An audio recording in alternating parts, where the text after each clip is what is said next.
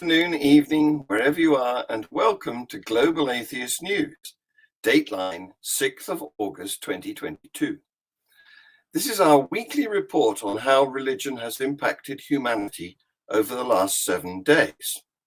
This week's headlines: Afghan-Iran border clash. Taliban says 1 killed. Jihadists kill 132 civilians in Mali. Macron vows to support West Africa against terrorism. The Pope's health.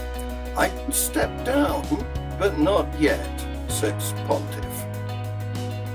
Disgraced pastor Ted Haggard faces new allegations. Tom Cruise downplays Scientology as his driving force. Australian Senators Faruqi and Duniam speak about the prayer issue. Indian Supreme Court slams Hindu party spokeswoman for insulting Islam. An NYC Episcopal school gives a standing ovation to the LGBTQ Drag Queen Activist at Pride Chapel. A GOP lawmaker votes against same-sex marriage, then attends his gay son's wedding. Now, in 2022, atheists make up only 0.09% of the US federal prison population. Kansas held an abortion vote.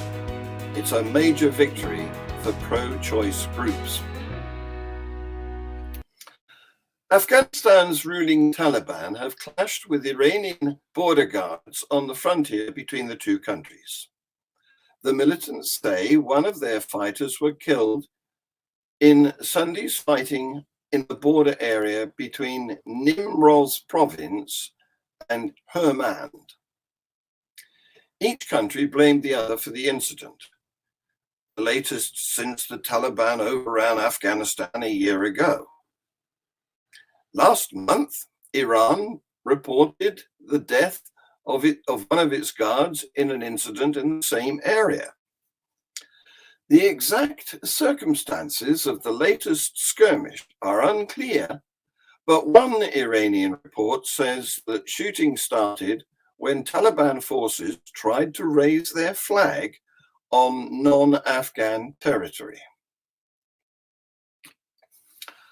132 civilians in Mali were murdered by members of the Makina Kabita, an extremist rebel group affiliated with Al-Qaeda.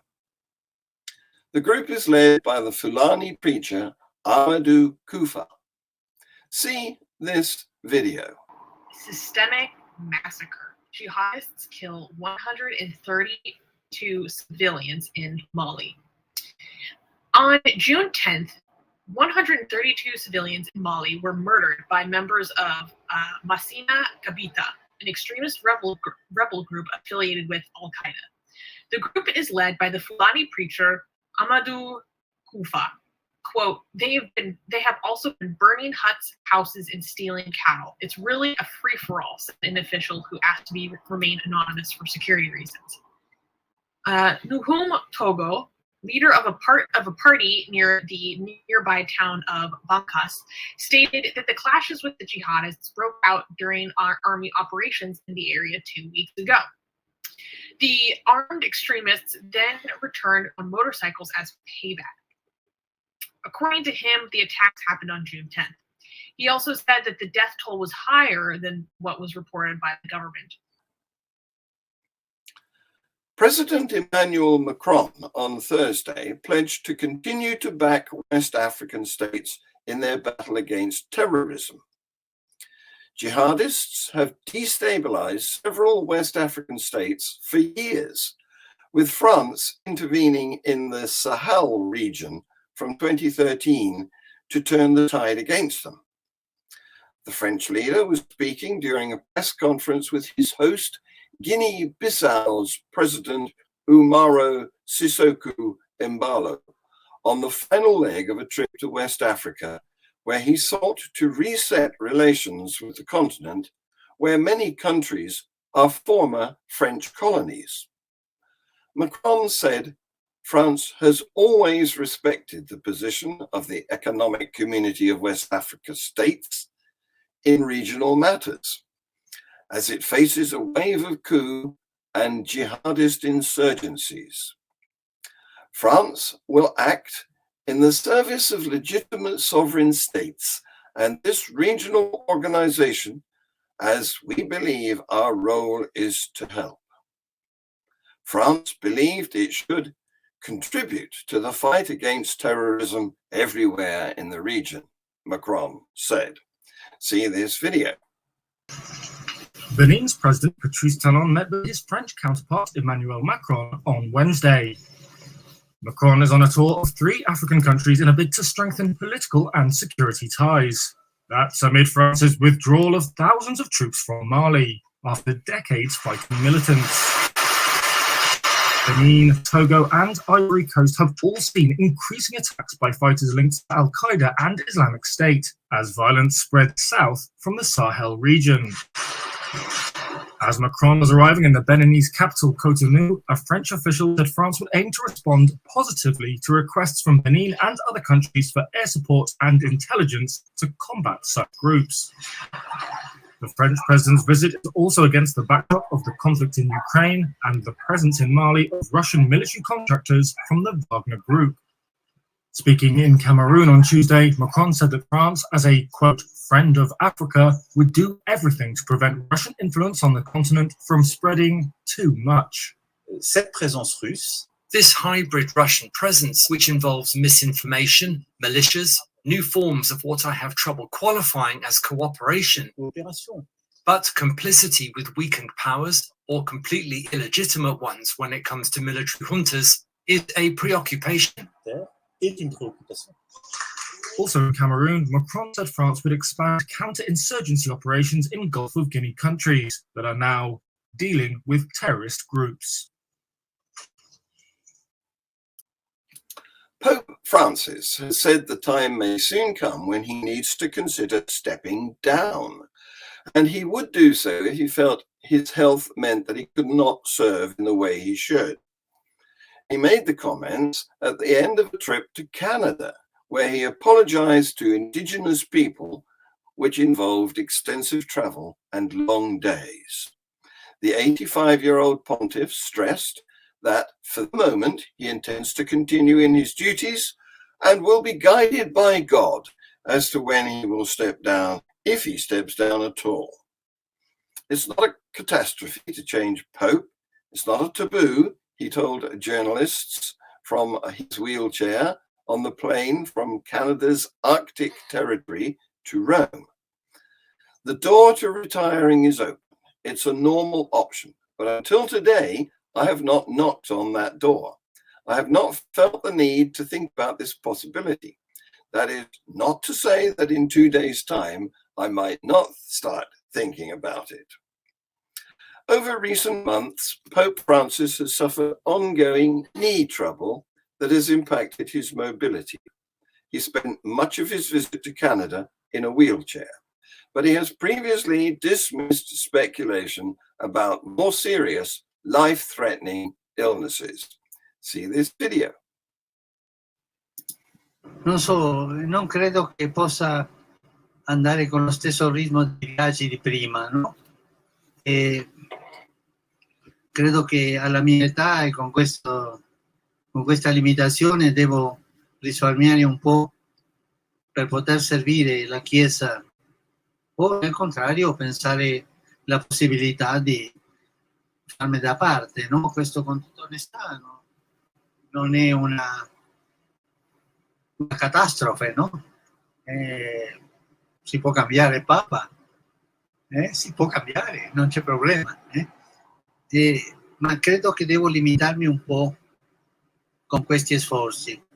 L'intervento chirurgico al ginocchio non va, non va il mio caso.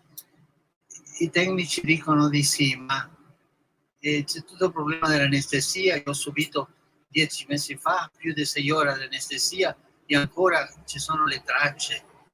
E non si gioca, non si scherza con l'anestesia, no? E per questo si pensa che non è del tutto conveniente, no? Ma io cercherò di continuare a fare dei viaggi e essere vicino alla gente, perché credo che è un modo di servire la vicinanza, no? Former Colorado megachurch pastor Ted Haggard, who fell from grace in 2006 after a gay sex and drug scandal, is now facing some of the same allegations at another church.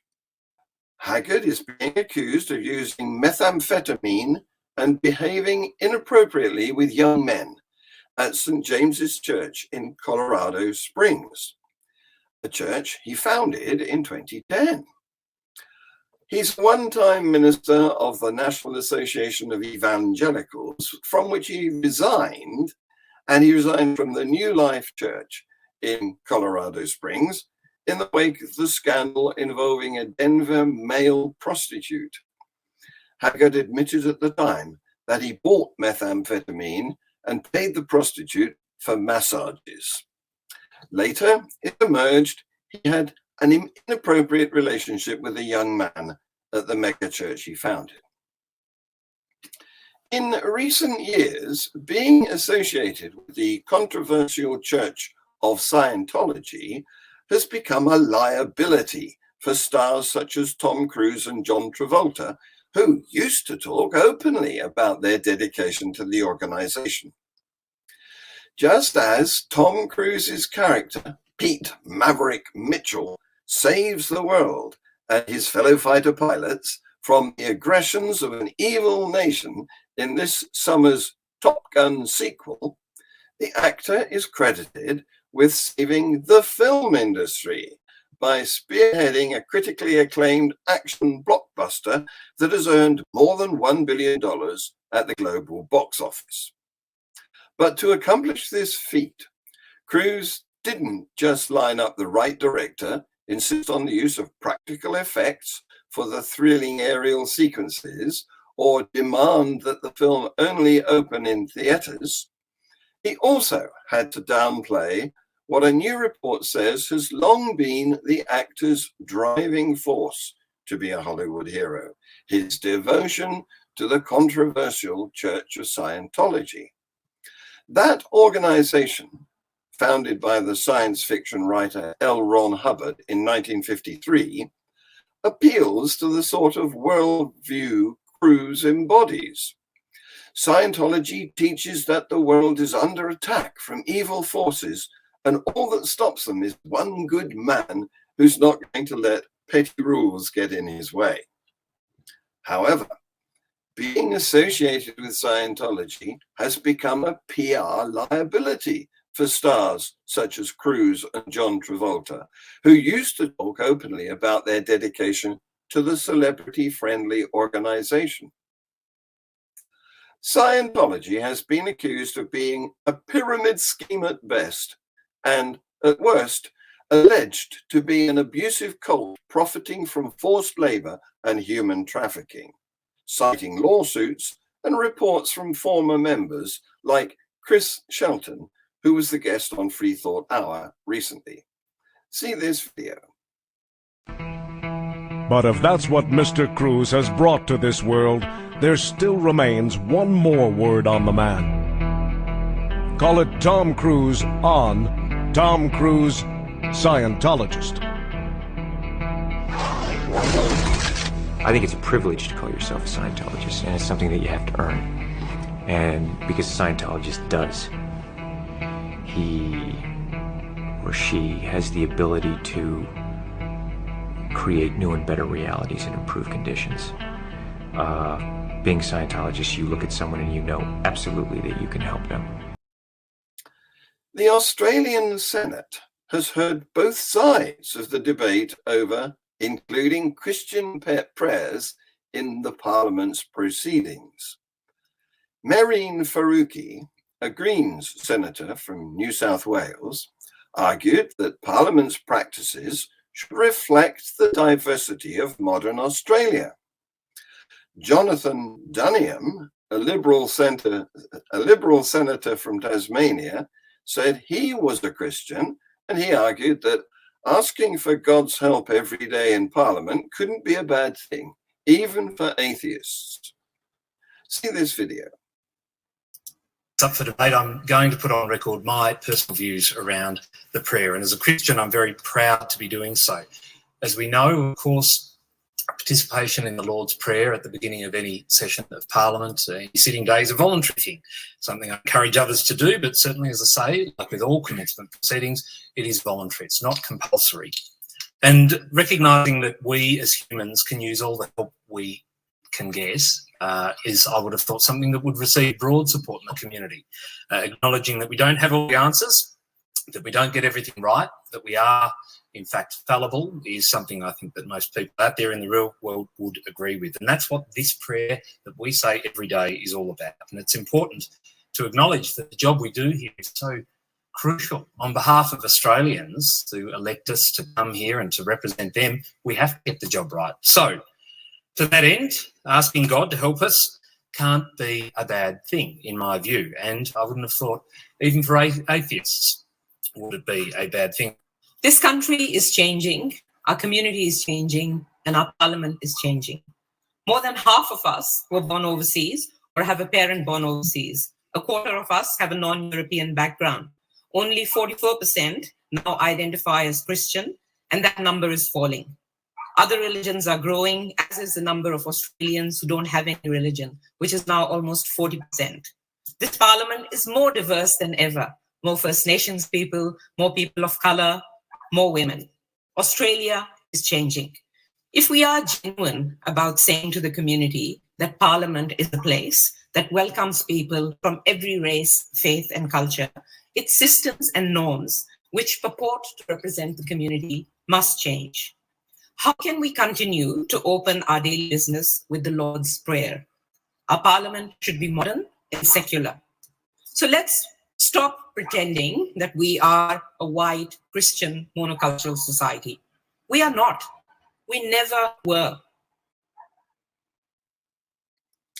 On July the 1st, Nupur Sharma, a suspended BJP spokesperson, was sharply criticised by the Supreme Court of India for her controversial remarks on the Prophet Muhammad that sparked international outrage and domestic violence. See this video. Indian Supreme Court slams Hindu Party spokeswoman for insulting Islam. So, on July 1st, Nupur Sharma, the suspended BJP spokesperson, was sharply criticized by the Supreme Court of India for her controversial remarks on the Prophet Muhammad that sparked international outrage and domestic violence. Or, I should not like, anyways. The court refused to accept Sharma's plea to consolidate all the different police reports, or FIRs, lodged against her for hurting religious sentiments filed across numerous states in India. According to the Supreme Court, Nupur Sharma is, quote-unquote, single-handedly responsible for exacerbating tensions between Hindus and Muslims in India, and even for the murder of a Hindu tailor who was beheaded by Islamists for showing support to Sharma.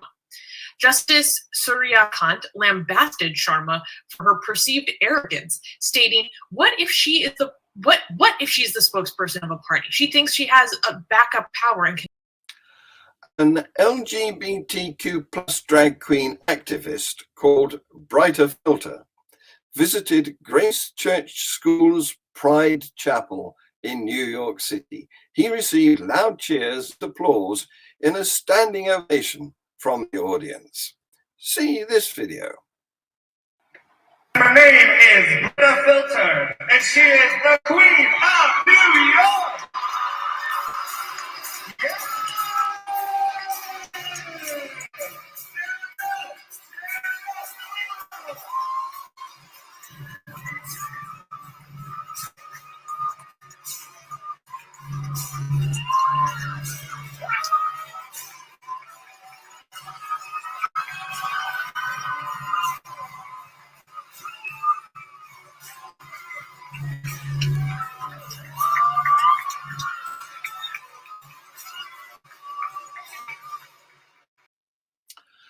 Republican lawmaker Glenn Thompson attended his gay son's wedding just 3 days after opposing a bill that would affirm the validity and protection of same-sex marriages. Congressman and Mrs. Thompson were thrilled to attend and celebrate their son's marriage on Friday night as he began this new chapter in his life, a spokeswoman for Mr. Thompson said in a statement. The Thompsons are very happy to welcome their new son-in-law into their family. There are 157,064 people in the US federal prison system, and exactly 134 of them identify as atheists. Those self-described atheists make up a mere 0.09% of the federal prison population. That's according to a Freedom of Information Act request Hemant Mehta filed earlier this year with the Federal Bureau of Prisons. He made similar requests in 2013, 2015, and 2021, and the numbers have been roughly the same each time, suggesting this proportion isn't changing even as the percentage of atheists in the general population steadily inches upwards. There's one new data point that we've never seen before. Humanists in federal prison. In 2015, because of a lawsuit filed by the American Humanist Association, the federal prison system agreed to acknowledge humanism as a religious option, allowing non-religious inmates to identify with that label and receive the same perks afforded to religious inmates, such as access to meeting space and the ability to discuss their beliefs with large groups. Atheists did not receive the same opportunities. The conservative US state of Kansas has decided in a referendum to protect abortion rights. In a major victory for pro-choice groups, voters overwhelmingly said they did not wish to amend the state constitution to assert there is no right to abortion. It was the first electoral test of the issue since the US Supreme Court allowed states to ban the procedure.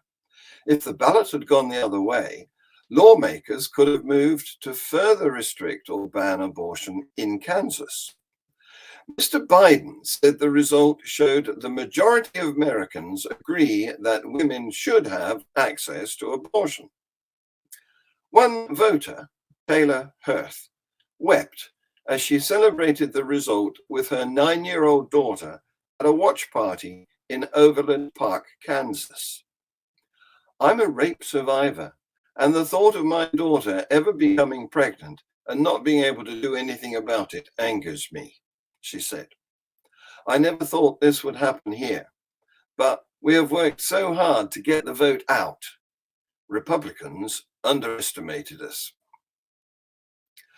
This week's Free Thought Hour features evangelical pastor Alan Cartwright. He describes himself as a hurt pastor who found a hurting church to care for. You can join in by texting your comments and questions. It's live and it's free. And don't forget to watch Global Atheist News Review, our spin-off show where a panel of opinionated people get a chance to express their views on this very news.